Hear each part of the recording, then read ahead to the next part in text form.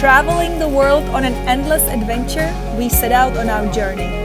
As a family of 4, we look to explore other cultures, food, music, life, and whatever comes our way.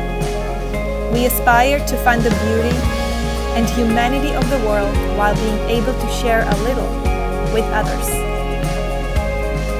Come follow our journey. We are Jason, Lenka, Alex, and Mia. We are the family on the run.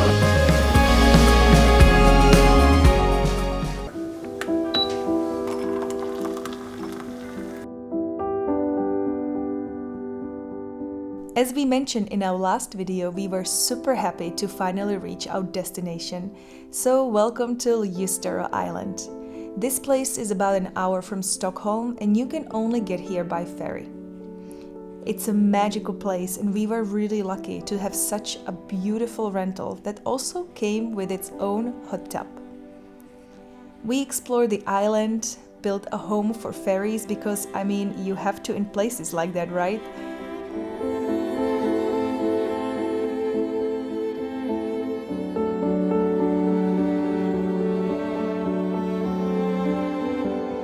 It felt extra cozy to watch nature from such a warm, safe place. And oh my goodness, every morning we got a paid visit from those cuties.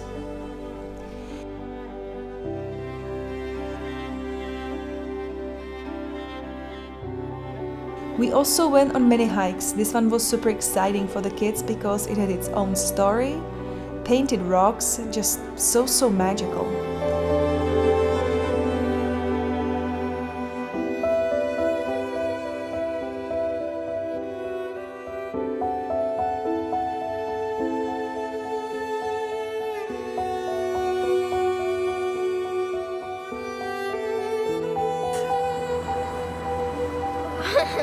But enough of Ljusdara Island for now, and let's go explore Stockholm with us. So hello from Stockholm! Woo! Today we are shooting from the city center of Stockholm and we have one of our best friends on the entire planet. We have our friend Chris today, who's a local. He's been living here for a long time and he's gonna help show us around the city. And also who is with us is me, Sandra, who just flew from London, and she's going to join us, and both of them will tour the city of Stockholm with us today. Yes. Let's go. Okay. Welcome. And then we do the... Welcome, Jason and Lenka.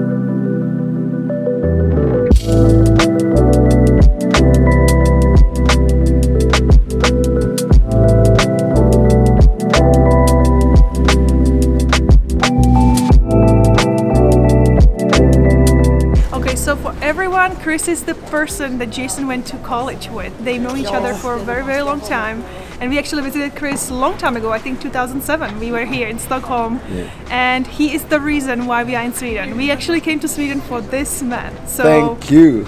I love you guys.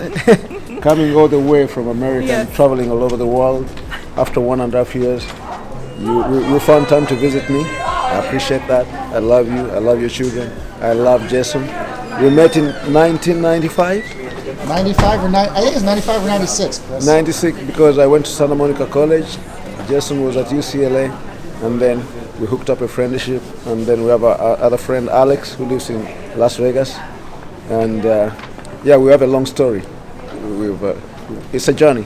When we first met, we were both young, stupid, and broke. Reckless. Now we're just older.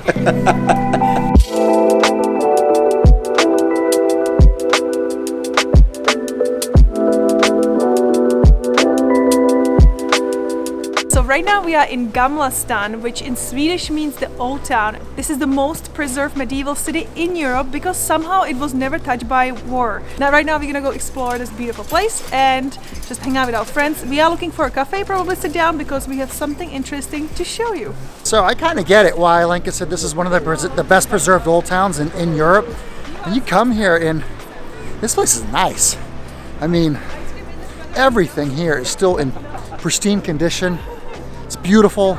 You got the bridges, the lakes and the rivers and the islands. This entire city's built over water. Add that with some magical sunlight. I think you'll like coming here.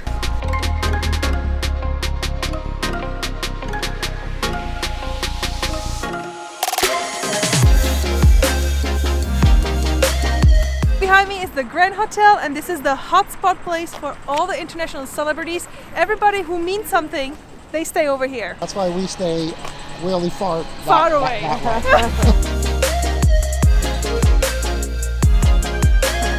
We're going ice skating. You want to go ice skating, really? Yes. I love ice skating, but I'm not that of a pro. All right, don't fall down too much.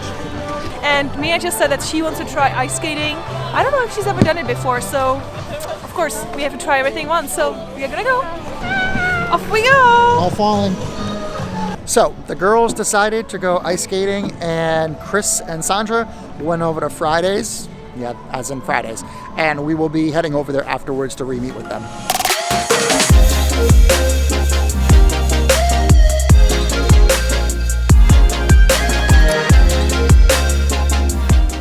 So although this was fun, we have friends waiting for us, and we are gonna go see them now. Was it fun? Yes. How many times did you fall down? Only 3. That's pretty good. High five.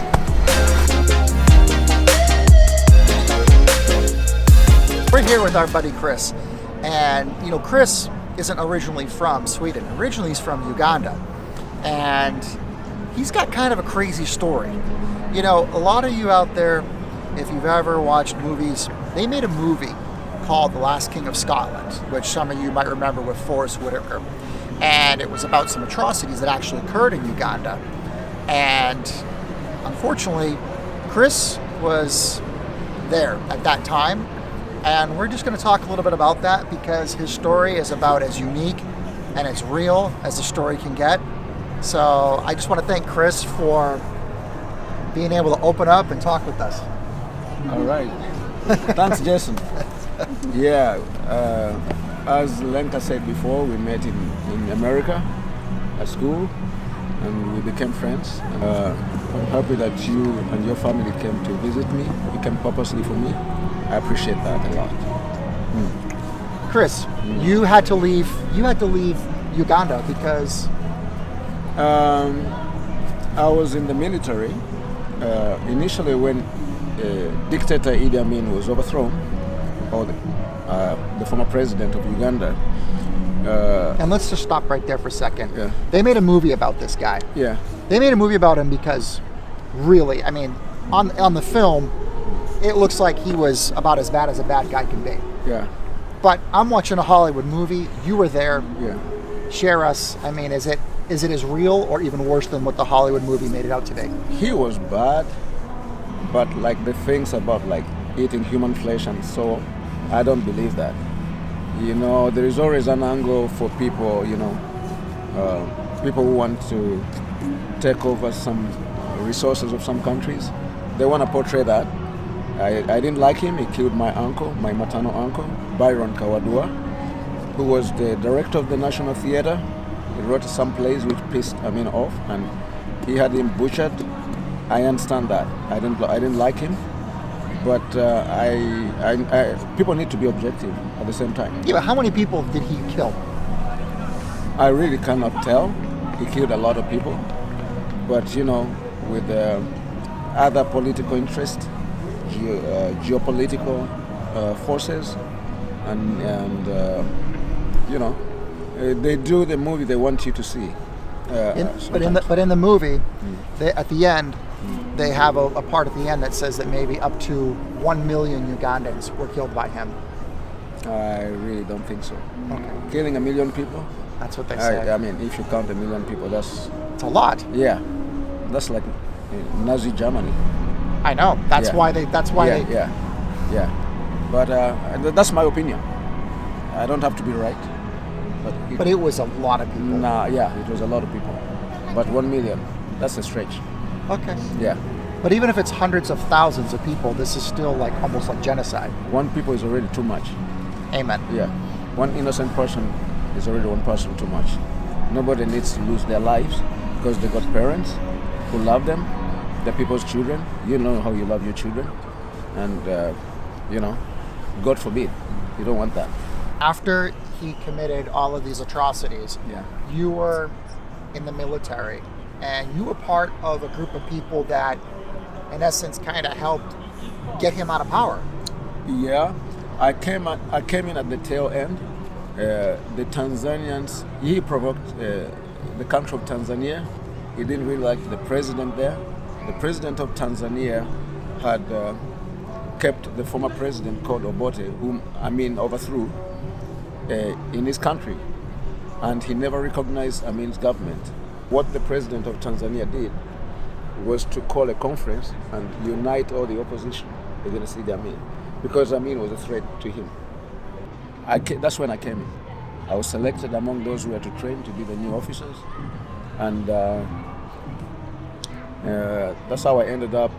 We ended up in training and being sorted out, and then I was among the 300 who were chosen to go to the National Leadership Academy. It's called Chuo cha Taifa cha Uongozi, CTU. In English is NLA, National Leadership Academy. And that's where I did my officer cadet training. We were the cream who started the new military. Because I've never been in a war. Yeah. So, I mean, I went into some training a little bit with the United States Marines, but I was never in a war. Yeah. It's not the same thing. Yeah. I don't know if you want to share anything like this, but I mean, you were in essence a war zone. Yeah. Do you mind sharing just maybe really to how bad it got? Like, what was some of the worst things that you saw while you were there? Did you see any close friends or allies basically killed on the battlefield? Yeah, a lot. A lot. We were 300. Okay. And now we are about 30 left in the group. When you lose so many friends, you start just being with yourself. You get introverted. You know what I'm saying? Because you don't want to make new friends and lose them. Yeah. On a more positive note, obviously, Yeah. your side did win, Yeah. and we got the bad guy out of power. Yeah. But even after that, though, you still had some troubles, yes? Yeah. The current president of Uganda, who was the Minister of Defense at that time, he decided to have, I think he had intentions of having power himself. And with that kind of position he had, and the trust he had in the cabinet and the government, he decided to have a war against the government, and then we split into two. Some of us in the group went on the other side and were with him. Some of us remained on this side, and then he launched a guerrilla war in Uganda. So now it's from conventional war to guerrilla warfare. So a war after a war. Yeah, and now this was guerrilla warfare. But for the safety of your family, Yeah. you then fled Uganda, and then you first came to Sweden in what year? I fled through Tanzania to Kenya, and I went here straight to Stockholm. I had a sister here. At that time, I was arrested, incarcerated in military cells, and then I realized that I had to free myself, get out of there. I'm not going to talk about how I ended up outside the prison and how I ended up. How long were you in the prison for? About 3 months. 3 months. Yeah. And then I went through Tanzania to Kenya, stayed in Kenya. I had my auntie there. She received me very well, and from all the troubles I'd been through, she really gave me a good life. And within a few days after leaving Uganda, she took me to a party at the Hilton in Kenya, in Nairobi, and I was rolling again. Oh my gosh. Yeah. I know you've been here for quite some time. Yeah. You've learned Swedish perfectly. Yeah. And I know you speak English perfectly. Yeah. And I know you speak Ugandan perfectly. Yeah. Yeah. But then you also Uganda. you also speak some other languages a little bit too, right? Swahili. You also speak Swahili. Swahili is the language. You were in Kenya. Asante Yes. sana. Yes, Asante Asante sana. Yeah. You were in Kenya recently. Tanzania. Tanzania. Yes. Asante sana means what? Thank you very much. Yeah. Karibu. There you go. Karibu. Karibu. You're welcome. Karibu. Yeah. You're getting international. Yes. You are, Yes. welcome to Africa. You're African now. I don't know if we're African, but maybe like 10%. You're getting Africanized right now. So now you currently work for the Swedish government, yes? Yeah. And do you want to talk about just what you do now in terms of like working for the Swedish government and helping the Swedish system? Now I work for the Swedish Employment Service, and I work with the integration part. We have a lot of people coming from Syria, Afghanistan, Iraq, Somalia, Eritrea, like basically all refugees. Because when you come to Sweden, they help prepare you to go into the workplace. Because you've got to be productive, sustain yourself, pay taxes. Taxes, that's a big thing here. Yeah, we pay very high taxes, but you can see how Sweden looks like. Yes, we've been safe until recently when gang violence has taken over this place. Would you say that it's kind of famous now? That's like a hot term that Sweden now has no-go zones, like especially in Malmo. Would you say that those are actually truly unsafe for normal people to walk down, or it's just directed violence against each other? I myself live in what people think is a no-go zone. Okay. And it's very comfortable, nice parks, green. People are just afraid for nothing. The violence is hit everywhere. Sometimes the media blows things up. The stuff is happening. But I raise my children in that area, in those areas, and my children are successful. They have jobs. They never got involved with drugs, whether using them or, having people in the gangs. And I've known so many people who grew up on where I live. They're very, very successful.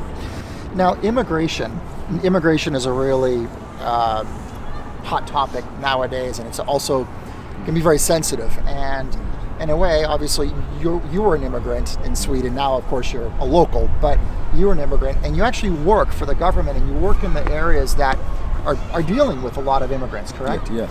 And just in your opinion, I'm just curious to hear in your own words, is the amount of immigrants that are coming in, is it something that you think is great and it's making the country better, or do you think it's actually almost an excess and they can't even handle this amount?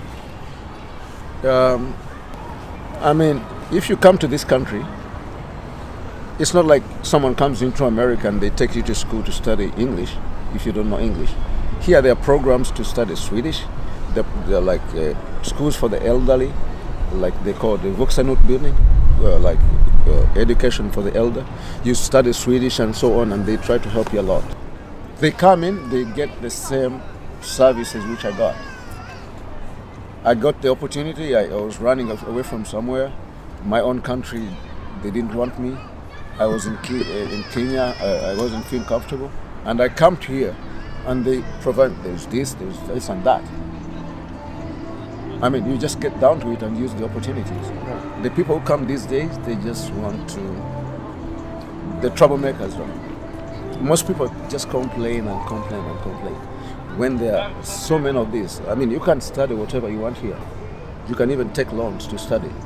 They don't stop you. So, but because of the lure of quick money, many young people are dying, killing themselves. I don't know. Sometimes I think it's the parents who didn't take responsibility, because I know many people living in these really nice areas.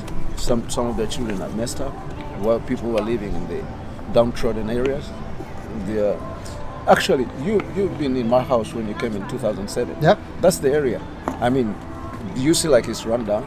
And now... No. Yeah, but there was nothing bad about it. Now they even redid it. Parks, the lighting, everything. The government is doing its part. It's about focus. It's the individual. Where is your mindset? What do I want to achieve? What do I want to be? And then plan, how do I achieve it? And one last question. As someone here who obviously was originally an immigrant here, coming from Africa, do you ever feel like you feel any forms of discrimination or racism towards you in any way? Or do you think Swedes are now embracing people from all over the world? Racism is there, but I don't really focus on that. I don't feel discriminated. I just do what I need to do. I don't care about the races. I don't care about anyone. I care about my family and my friends, and I just do what I need to do. And when you sit there and say, racist, blah blah blah, what are you gonna solve? Everybody is a racist somehow. We also even Africans are racist against other people. Yeah, it's just about being proud of who you are. I think sometimes people they devalue themselves, crying, because I'm being discriminated. When I came here, I have no mother, grandmother, uncle, anything. I have to start. it's fun. Create something out of nothing. You know that yourself. No, man, listen, I hear you. Yeah. I think, you know, this is why we wanted to do this interview with Chris, because when you talk about stories, his is as real as it gets. And, you know, some people can, like, you know, it's almost like you said, some people can kind of pretend that they've been through tough times or been through, you know, difficult situations. But when you hear a story like Chris's, you know, and what he went through, the atrocities in Uganda, and having to basically, you know, be part of a team to rise up and fight against that. And even after it was over, it still wasn't over. And then there was another one afterwards, and then incarcerated for no reason. And then to go past that and then have to basically then escape that country and then come to this country and then overcome the language barriers. And you see it with his positivity and his attitude. And not feeling as a victim. I mean, Yeah. Chris, you got Yeah. my respect. That's all Yeah, I can say. Chris, honestly, you are an inspiration and a role model to the world, man. Thank you so much. All right, brother. All right. I love you. Love you too, man.